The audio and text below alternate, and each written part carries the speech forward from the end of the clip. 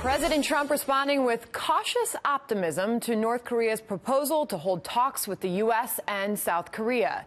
The rogue regime saying it's willing to put nuclear weapons and missile testing programs on hold while engaging in dialogue. The president attributing this big win for the administration to harsh sanctions. The sanctions have been very, very strong and very biting, and we don't want that to happen. So I really believe they are sincere. I hope they're sincere. We're going to soon find out. Let's bring in Texas Congressman Mac Thornberry. He is the chairman of the House Armed Services Committee. Mr. Chairman, thank you for being here this morning. Sure. Do you agree with the president that North Korea is sincere with these renewed push for talks? Oh, I'm sure they're sincere in wanting talks so that they can get sanctions eased. But if you look at it over the past several decades, North Korea has really played us like a fiddle. They will do a test or escalate some crisis, and then they'll agree to back off a little bit in exchange for relaxing sanctions or some talks or something. So you've had a series of ups and downs over the years, but at the end of the day, they've been able to develop intercontinental ballistic missiles, nuclear weapons and a threat to our homeland. So they'll go up and down, but at the end of the day, they get what they want. So will these talks eventually happen? The president did not go into any further detail about any preconditions for those talks to actually happen or the dialogue to open. What should be those conditions if this was to actually happen?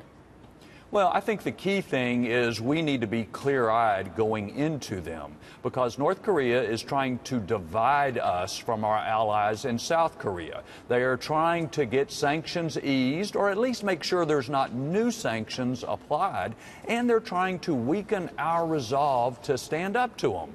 So make them put it on the table as far as exactly what they will do and make them do it. Don't ease sanctions just so that they will come to the table and start talking. That's the tactic they've used over the years to great effect. It's interesting because the president seems to be taking a bit of a victory lap, although he seems to be somewhat cautious with saying things like North Korea seems to be acting positively. But he seems to be saying that these harsh sanctions are working, and he's even going as far as to say he's doing more than his predecessors, any other president before him, on combating North Korea. Would you agree with that? Well, I agree that these are the harshest sanctions we have seen. I'm not sure they're harsh enough to get the change that we need in North Korea.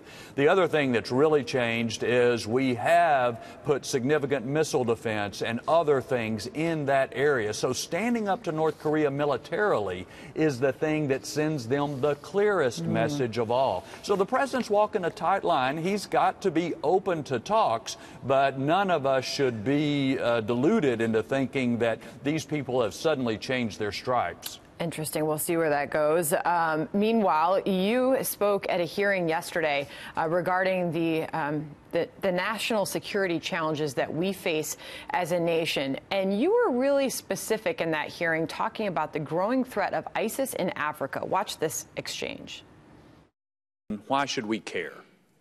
What is it about Africa? What are the national security interests that the United States has in your area of responsibility? The violent extremist organizations that I described at the outset, they permeate the entire continent. Our efforts to build capacity inside the continent is to ensure that those violent extremist organizations who wish harm in the region, wish harm on the European continent, and ultimately wish harm the United States, they are contained.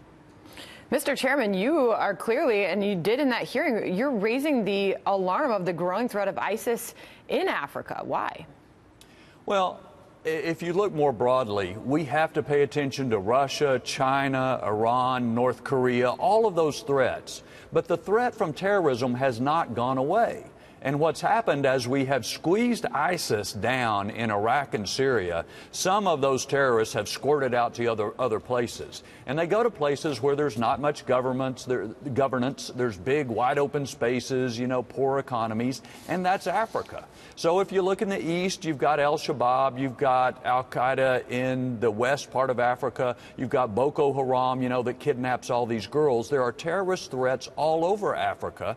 What we're trying to do is work with those countries to take care of their own problem, but it is something we can't lose sight of even as we're dealing with North Korea and all these other problems. Chairman Mac Thornberry joining us on a busy news morning. Always good to have you on the program, sir. Thanks for being here. Thank you, ma'am.